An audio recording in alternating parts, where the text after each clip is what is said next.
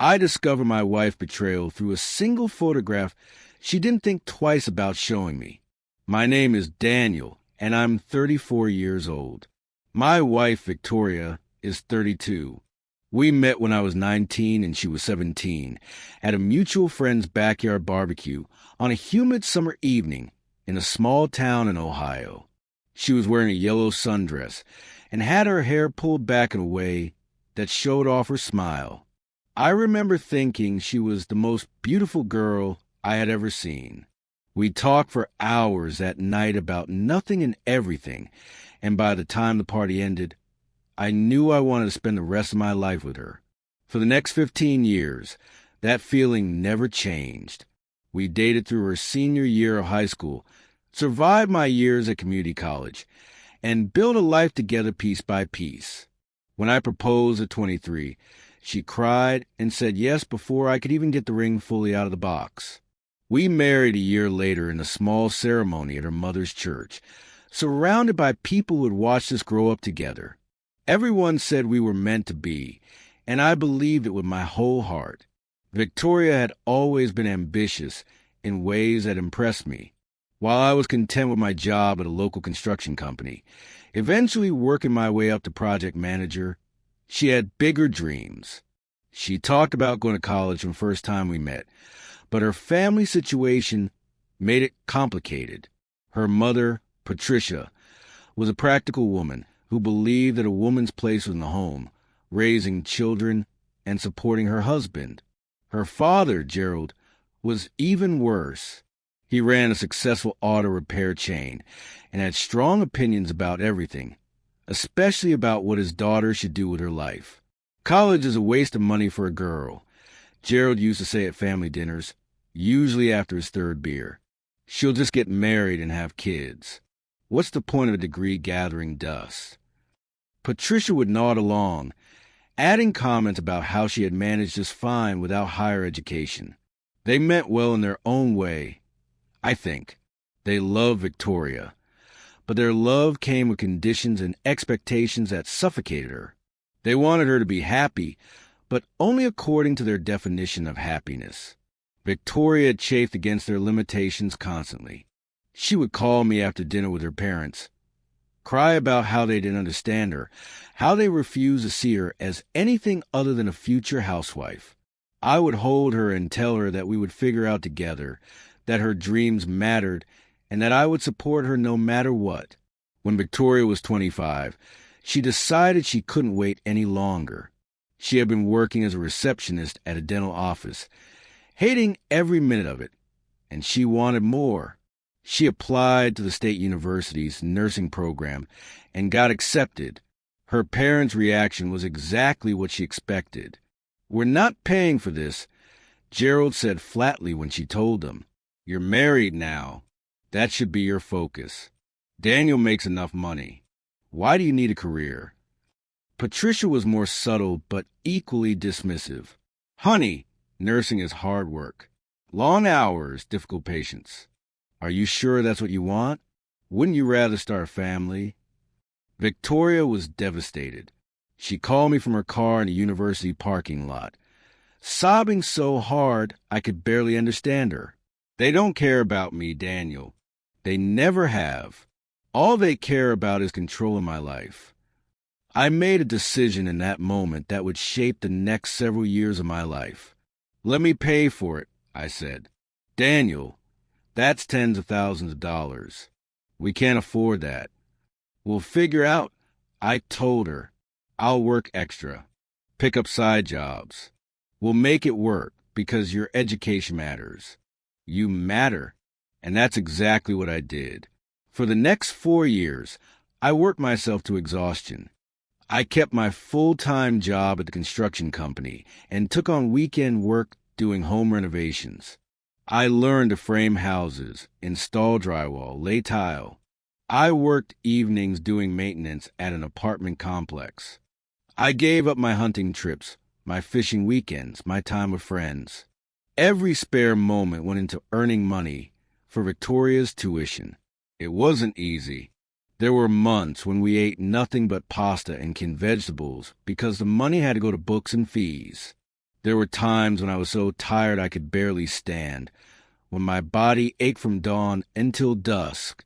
But every time I saw Victoria studying at the kitchen table, every time she told me about something exciting she learned in class, it all felt worth it. She was going to have the life she deserved, and I was helping her get there. Victoria graduated when she was 29. I sat in the audience with her parents, who had grudgingly attended, and watched her walk across that stage. Patricia and Gerald sat stiffly beside me, barely applauding, but I didn't care. I cheered so loud my voice went hoarse. That was my wife up there, achieving her dream.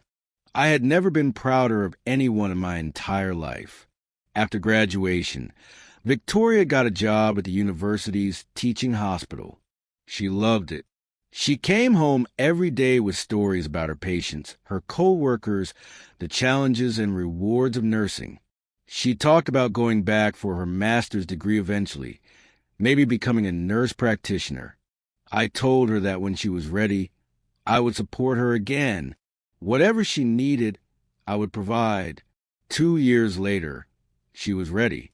She applied to the university's nurse practitioner program and got accepted. Her parents were still dismissive, still making comments about how she should be focusing on having children instead of more school. By then, their opinions didn't matter anymore. Victoria had learned to ignore them, and I had learned to bite my tongue when they made their ignorant remarks. This time, the tuition was even higher. Graduate school isn't cheap, and nurse practitioner programs are particularly expensive. But I didn't hesitate. I took on more renovation projects, worked longer hours, saved every penny I could. Victoria would sometimes cry, telling me I was too good to her, that she didn't deserve my sacrifices. I would hold her and tell her that she deserved everything, that her dreams were my dreams, that we were a team. The first semester of her program went well. She came home excited about her classes, her professors, her fellow students. She talked constantly about one professor in particular, a man named Dr. Harrison Wells. He taught advanced pathophysiology and apparently had a reputation for being brilliant but demanding. Victoria spoke about him with something approaching awe. Dr. Wells is incredible, she would say. He makes everything so clear. Some students are terrified of him because he expects so much, but I love it. He pushes me to be better. I was happy for her. It was good to have a mentor who challenged her, who saw her potential. I'd ask questions about him sometimes, just to show interest in her day. He was in his late 50s, I learned, distinguished, silver-haired, with a reputation for publishing groundbreaking research. He had been at the university for over 20 years and was considered one of the top faculty members in the nursing school. He's so passionate about teaching, Victoria said one evening. You can tell he really cares about his students, not just as scholars, but as people. He takes time to meet with us individually, to understand our goals and help us achieve them. That's great, babe, I said, barely looking up from the budget I was reviewing. Sounds like a good mentor to have. It was a Tuesday night in October when everything changed. Victoria had been rummaging through the storage closet in our spare bedroom, looking for something she needed for a class project. She pulled out an old box of photos from her undergraduate years, things she had shoved in there after graduation and forgotten about. I was sitting on the bed in our room, scrolling through my phone, when she came in with the box and sat down next to me. Look what I found, she said, pulling out stacks of pictures. Remember these? I smiled and put my phone aside. The photos took us back years.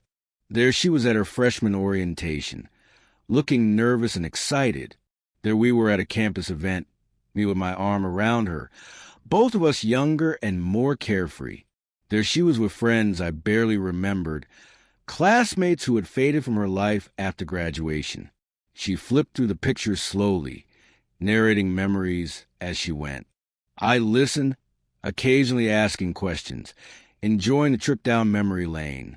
It had been a difficult time in many ways, with all the financial strain and exhaustion, but looking back, it felt worth it. We had made it through together. Then she stopped on a particular photo. Her face changed, softening into a smile that I didn't recognize. It was almost dreamy, nostalgic in a way that seemed different from the other memories. "Who's that?" I asked, leaning closer to look. The photo showed Victoria with a group of people at what looked like a department party. She was standing next to a distinguished older man with silver hair and a kind smile. He had his hand on her shoulder in a way that seemed friendly, but maybe slightly too familiar. "That's Dr. Wells," she said, her voice taking on quality I couldn't quite identify. "From my undergraduate program. Can you believe how cute he looks in this picture?" I felt something twist in my stomach. Cute? That seemed like a strange word to use about a professor, especially one old enough to be her father. But I told myself I was being paranoid, reading too much into a simple comment. "What do you mean by cute?" I asked, trying to keep my voice neutral. Victoria shrugged, but she was still smiling that strange smile. "I don't know. He was just charming, I guess. So sophisticated and worldly. He'd traveled everywhere, read everything. Talking to him was like stepping into another world." Something about the way she said it made my skin crawl. "You talked to him a lot?" "Oh, yeah," she said, still flipping through photos. "He was my advisor for a while. We had so many good conversations in his office. He really understood me, in a way that few people did." I didn't know what to say. I sat there silently as she continued looking through pictures, occasionally pointing out another one with Dr. Wells in it. There were several. A photo from a conference they both attended. A picture taken at a restaurant with a group of students. A candid shot of the two of them laughing together in what looked like the university library. "We had this little thing," Victoria said casually, still smiling at the photos. "It was nothing serious, just a fun fling. He made me feel so special, so seen. It was exactly what I needed at that time in my life." The words didn't register at first. They hung in the air between us, and I stared at her, waiting for her to laugh, to say she was joking. But she didn't. She kept flipping through photos, completely unaware of the bomb she had just dropped. "A fling." I finally managed to say. My voice sounded strange in my own ears, distant and hollow. "Yeah," she said with a little laugh. "It was so silly, really. Just one of those things that happens in college. He was my professor. I was a student. We connected. It didn't mean anything. Didn't mean anything." The words echoed in my head. Didn't mean anything. I had worked myself to exhaustion for 4 years to pay for her education. I had given up everything so she could have her dream. And while I was doing that, she was having a fling with her professor. "How long?" I asked. My throat felt tight, like someone was squeezing it. She looked up then, finally noticing something was wrong. The smile faded from her face. "Daniel, it was years ago. It doesn't matter now. It matters to me." She sighed, putting the photos down. "It was during my junior year. It only lasted a few months. It was nothing, Daniel. Just a stupid college thing. A few months." She had been sleeping with her professor for months, and I had known nothing about it. I thought about all those evenings when she came home talking about Dr. Wells, all those conversations about how brilliant and inspiring he was. I had been so blind, so trusting. The signs had been there all along, and I had missed every single one. "Did you love him?" "No." She reached for my hand, but I pulled away. "Daniel, it wasn't like that. It was just, I don't know how to explain it. He was my professor. He was older and sophisticated, and he made me feel important. It was exciting, but it wasn't love. I've always loved you. Always loved me." The words felt hollow now, meaningless. She had loved me while sleeping with another man. She had loved me while deceiving me for months. She had loved me while I worked myself to the bone to pay for the education that put her in his path. I paid for that education, I said quietly. Do you understand that? I worked extra jobs. I gave up everything. And you were sleeping with your professor the whole time. Her face hardened. You're going to throw that in my face now? I didn't ask you to pay for my education. You offered. The words hit me like a physical blow. I stared at her, this woman I had loved for 15 years, and felt like I was looking at a stranger. I offered because I believed in you. I thought we were building a life together. We are. She reached for me again, and this time I let her take my hand. Her fingers were warm, familiar. Daniel, please. It was a mistake. A stupid mistake from years ago. I'm sorry I didn't tell you, but I didn't want to hurt you. Can't we just move past this? I didn't answer. I couldn't. I sat there holding her hand, feeling the weight of 15 years together pressing down on me. We had grown up together. We had built a life together. How could I throw that away over something that happened years ago? But even as I thought that, I knew things would never be the same. The trust was broken. The image I had of our marriage, of our life together, was shattered. I looked at Victoria and saw someone capable of deceiving me for months, of sleeping with another man, while I worked myself to exhaustion for her future. I need some time, I said finally, pulling my hand away. I need to think. She started to protest, but I stood up and walked out of the room. I spent that night on the couch, staring at the ceiling, replaying every conversation about Dr. Wells, every late night at school, every moment that might have been a lie. The more I thought, the more I realized how thoroughly she had deceived me. Over the next few days, I pretended everything was normal. I went to work, came home, ate dinner with Victoria. We talked about safe things, mundane things. She seemed relieved that I wasn't bringing up the affair, probably hoping I had decided to let it go. But I hadn't let it go. I was gathering information. I started with her old laptop, the one she had used during her undergraduate years. She kept in the back of her closet, rarely using it now that she had a newer one. I waited until she was at class one evening, then pulled it out and powered it up. It took me hours to go through everything. Her emails, her social media messages, her saved photos. I felt sick doing it, like I was violating her privacy. But I needed to know the truth, all of it, not just the sanitized version she had given me. The evidence was overwhelming. Dozens of emails between Victoria and Dr. Wells, starting early in her junior year. They began innocently enough, academic discussions about her work, her goals, her potential.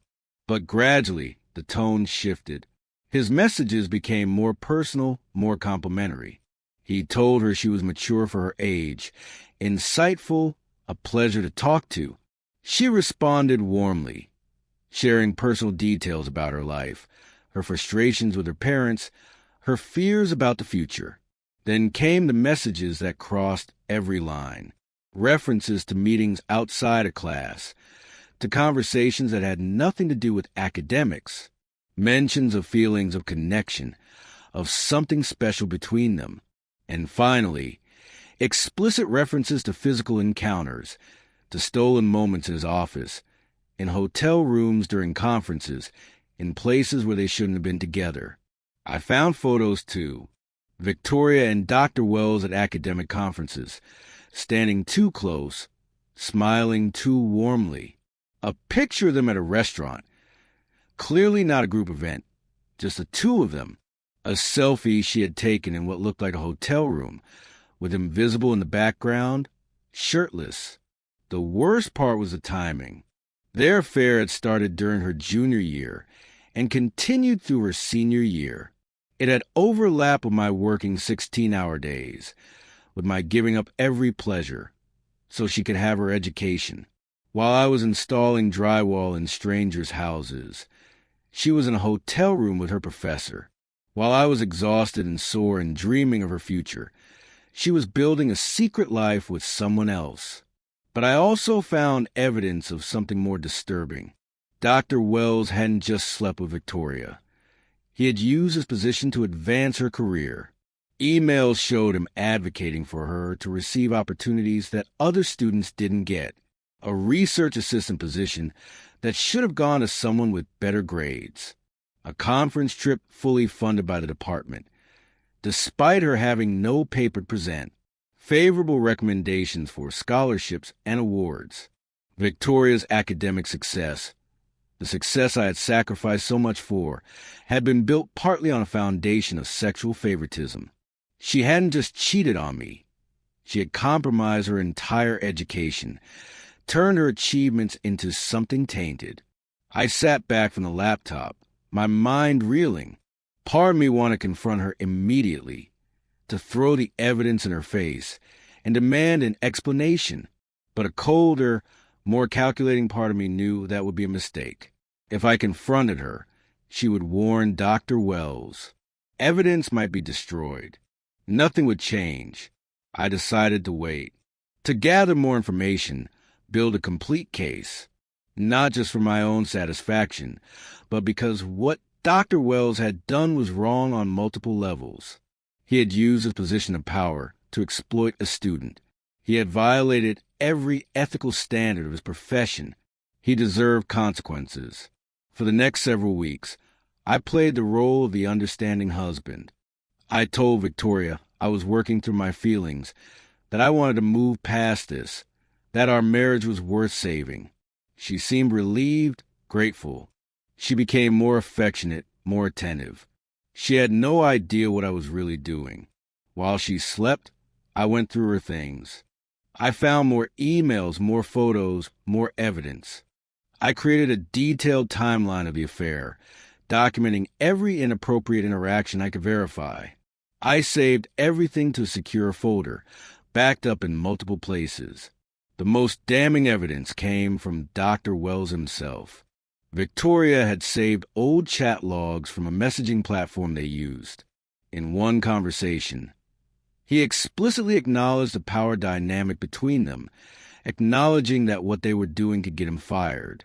But he justified it by saying their connection was special, worth the risk. He manipulated her, made her feel complicit in the secret, bound her to him through shared risk. I felt no guilt about what I was planning. Dr. Wells had abused his position. Victoria had betrayed my trust. They both deserved whatever consequences came their way. When I had gathered everything I could, I compiled it into a comprehensive report. I included the timeline, the emails, the photos, the chat logs.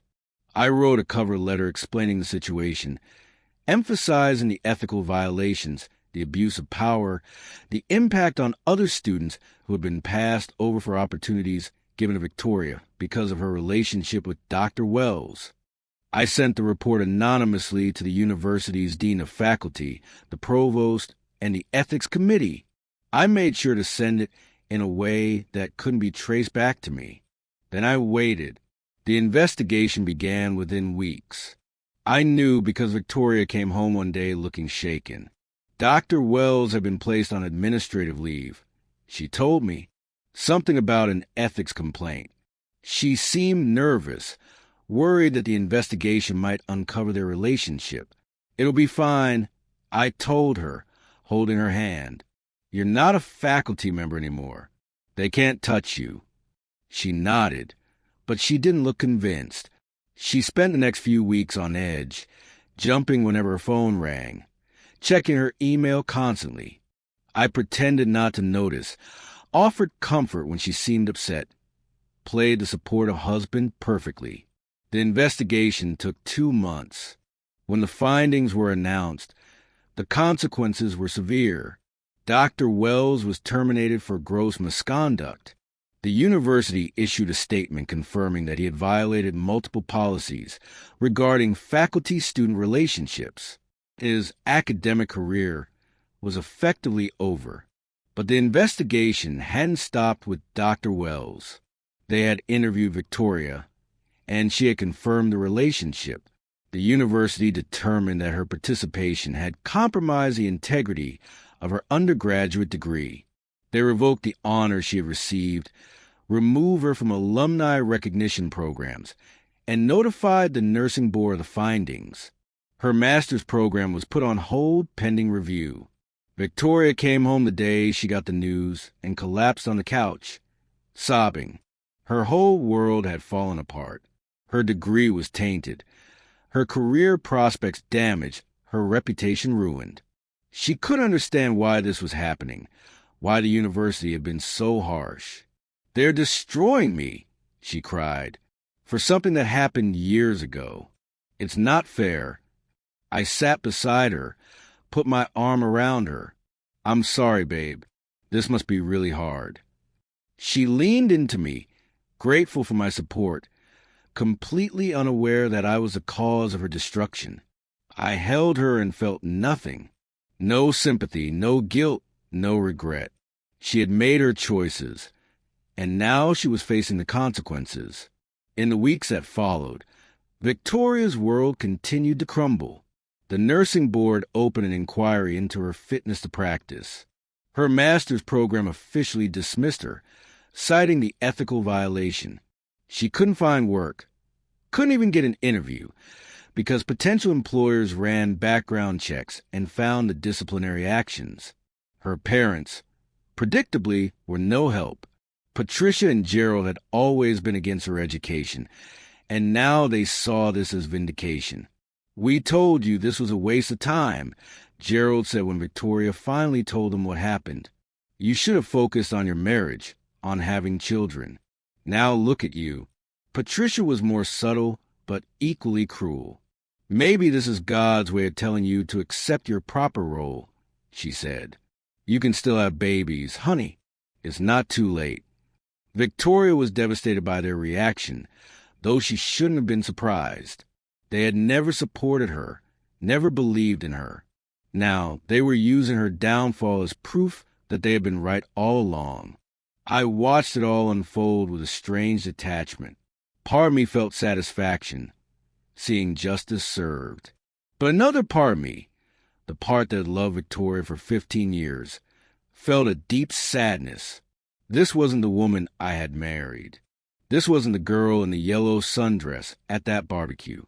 She had become someone else, someone who could justify betrayal, who could sleep with another man while her husband worked himself to exhaustion for her future. 6 months after the investigation, I finally told her the truth.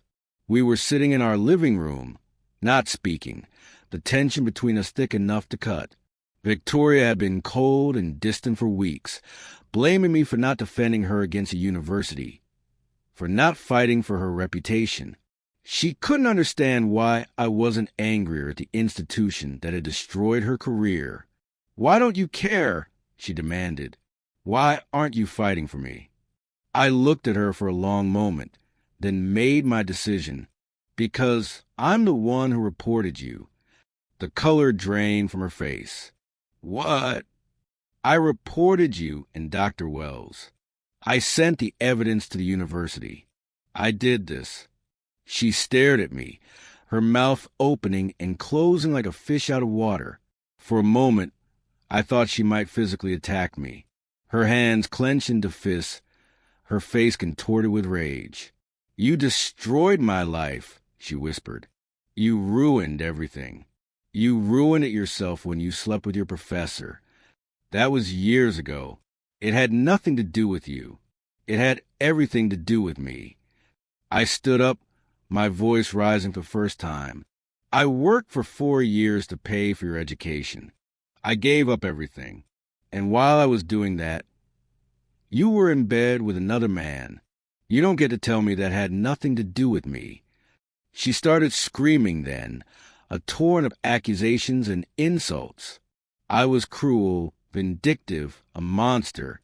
I had destroyed her career out of jealousy. I had taken away everything she worked for. She cursed me, wept, begged, threatened. Through it all, I sat silent, letting her words wash over me. When she finally ran out of steam, collapsing onto the couch in tears, I spoke quietly. I'm not sorry for what I did. Dr. Wells abused his position. You betrayed my trust. You both deserve consequences. She looked up at me, her face blotchy with tears, her eyes red. I hate you. Maybe you should have thought about that before you cheated on me. I left that night, moving into a hotel until I could find an apartment. Victoria called constantly, alternating between rage and pleading. Sometimes she threatened to destroy me, to tell everyone what I had done. Other times she begged me to come home, to give her another chance, to remember the life we had built together. I didn't go back. The divorce took over a year to finalize. Victoria fought it every step of the way, refusing to accept that our marriage was over. She tried to convince the court that I had acted maliciously, that I had destroyed her career out of spite. But the evidence was clear. She had admitted to the affair, both to me and to the university investigators. The divorce was granted, with our assets split evenly. No alimony, given the circumstances. A few months after the divorce was final, I received a letter from Victoria. It was handwritten, which surprised me. She had always typed everything, never wrote by hand. In the letter, she told me she had been seeing a therapist, that she was finally beginning to understand the damage she had done. She didn't ask for forgiveness, didn't ask me to come back. She just wanted me to know that she was sorry, truly sorry for the first time. I didn't understand what I did to you, she wrote. I was so focused on myself, on my own needs and desires, that I couldn't see past them. I couldn't see how my choices affected you, how they hurt you. I'm not asking you to forgive me. I just want you to know that I finally get it. I finally understand why you did what you did. I'm not saying it was right, but I understand. She told me she had moved to a different state, was working as a receptionist again while trying to rebuild her life. Her nursing career was probably over for good. She acknowledged the disciplinary actions made it nearly impossible to get licensed anywhere. She was making peace with that, accepting the consequences of her choices. I ruined the best thing that ever happened to me, she wrote.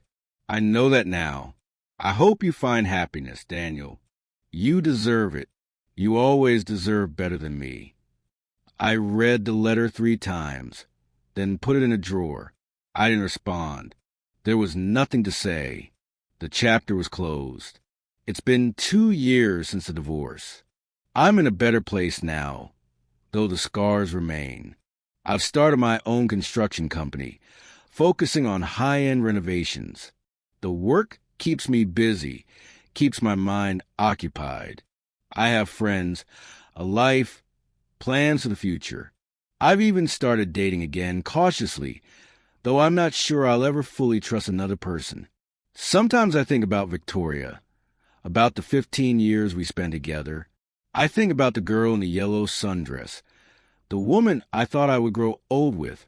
It still hurts, in a way, to know that she wasn't who I thought she was. But I've made peace with it.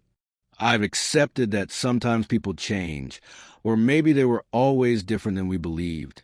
What I did was extreme. I know that. Some people would say I went too far, that I should have just divorced her and moved on. But I don't regret it. Dr. Wells was a predator who used his position to exploit students. He deserved to lose his career. Victoria made choices that had consequences. She deserved to face them. The trust was broken beyond repair. The marriage was over the moment she chose to sleep with another man. I just made sure that everyone involved faced the truth of what happened. I still live in the same town, though I avoid the parts of town where I might run into Victoria's parents. Patricia and Gerald tried to contact me a few times after the divorce, probably to yell at me for ruining their daughter's life. I never responded. They had their chance to support her, to believe in her. Instead, they pushed her away with their narrow-minded views, probably contributing to the mindset that led her to make such terrible choices. I'm not bitter anymore. Just tired. Tired of thinking about it. Tired of replaying it in my mind. I'm ready to move forward, to build something new. Last week, I drove past the university where it all happened. The nursing school building looked the same as always. Students streaming in and out, going about their lives completely unaware of the drama that had unfolded there. I sat in my truck for a long time, just looking at it, remembering. Then I drove away and didn't look back. Some stories don't have happy endings. Some loves don't last forever. But life goes on anyway. It has to. You pick up the pieces, you learn what you can, and you keep moving forward. That's all any of us can do.